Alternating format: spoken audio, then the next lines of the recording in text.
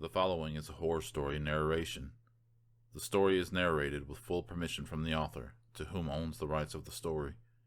Link to the author and to the original story will be provided in the description below. This video may contain violence, scares, sexual comments with the occasional adult language used. This content is not suitable for everyone. Viewer discretion is advised.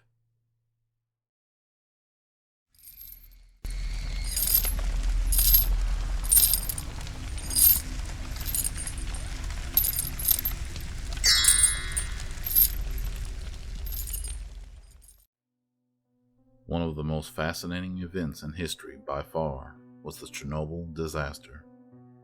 The nuclear power plant that exploded, killing 31 immediately and thousands after the effects of radiation took their toll, is located between the city of Pripyat and Chernobyl in the Ukraine.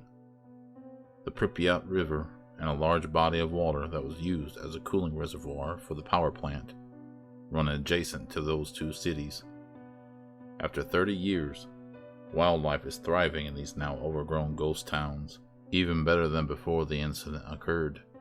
Some residents have returned to the city of Chernobyl to resume their lives, but Pripyat is still completely abandoned. I wanted to know why. I'm a bit of a disaster enthusiast, as morbid as that sounds. One of my favorite hobbies is visiting sites such as Hiroshima, Nagasaki, 3 Mile Island, Bhopal. I've toured as close as I can to Fukushima and have seen the Darvaza gas crater or the gates of hell with my own eyes. I've even gone as far as Auschwitz in Poland. There's something humbling about seeing a man-made disaster in person, seeing how destructive and uncontrollable the human race truly is. There was only one place left on my bucket list. I wanted to see where one of, if not the worst, nuclear disaster happened. An explosion so catastrophic that it leaked 100 times the amount of radiation into the air than that of the Hiroshima or Nagasaki. I bought my airline tickets and packed my backpack. There was a small layover in France before the next flight took us to the Ukraine capital, Kiev. I got a hotel room and got some much needed sleep for the adventure ahead. I was able to get a local taxi service to take me right outside of the city Chernobyl the next day. It was about a 10-kilometer, 6-mile walk to the reactor and the city of Pripyat. I retrieved my backpack from the trunk and began my trek. It was still relatively early in the morning. As long as I kept a steady pace, I could be there by midday. Easier said than done with an enormous backpack slowing you down. What should have been a 2, maybe 3-hour hike escalated into a 5-hour haul. I must have passed the nuclear power plant as I was first met by these large white apartment-like buildings. Pripyat was home to over 40,000 workers and their families before the nuclear blast forced an emergency evacuation of all of its citizens. In the matter of a few days, it was abandoned, never to see another resident again. I ventured into the city, taking in the silence and perilous views. It was pure bliss. I passed the infamous Ferris wheel and the remnants of a once lively carnival. Tall buildings paint the perimeter of the city, and vehicles lay untouched throughout the streets. Everything has been overtaken by plant life. Nature has truly thrived since humans left this area. Deer, bison, wolves, cows, and even birds appear in abundance. Even though these animals are doing well, they are still affected by the radiation, and it's best to steer clear of them. I can't stay long. I want to make it to the reactor by nightfall. I make my way to the river that will guide me south to the power plant. As the sun sets and my legs grow tired, a giant concrete dome pierces the horizon. I read that a 500-foot structure was built in late 2017 to help contain the radioactive waste for the next century or so. This must be it. I made it. I found a small clearing a good distance away from the reactor to set up camp. My life revolved around these activities, but I wasn't stupid. In case the local police or military patrolled the area, I wanted to stay fairly hidden. I know I could get in a lot of trouble for trespassing in such a dangerous area. After the tent was set up, I crawled inside and was immediately greeted by sleep. I was awoken by the quiet tap of rain on the tent. I rolled over and closed my eyes to return to sleep, but was met by another sound that made my blood run ice cold. It sounded like something was in distress, something very large. The cry echoed like thunder. It was very guttural and sounded almost like a whale call. The vibrations of the hum shook the tent. Adrenaline coursed through my veins.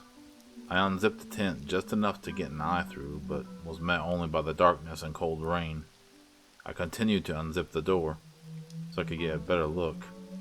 Whatever it was, the small plastic tent wasn't going to provide much protection. I grabbed my flashlight and stepped outside. The hum cries out again, birds frantically fleeing their nests. Then, like a wrecking ball to a building, an abrupt crash follows, shaking the earth. Construction? In the middle of the night, I ponder out loud.